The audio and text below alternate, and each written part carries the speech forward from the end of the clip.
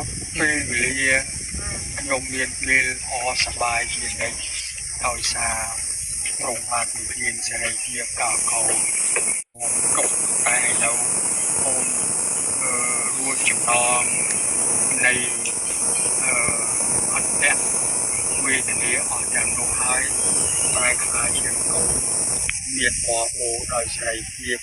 មកពីព្រះអង្គបានមានឲ្យកូនដូច្នេះទ្រង់ប្រទានឲ្យកូនជាយ៉ាងណា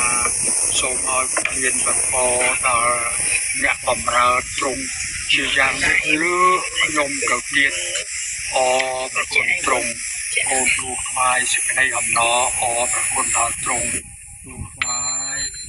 គ្រប់ការទាំងអស់នេះដោយព្រះអង្គម្ចាស់នៃយេស៊ូវគ្រីស្ទអាមែន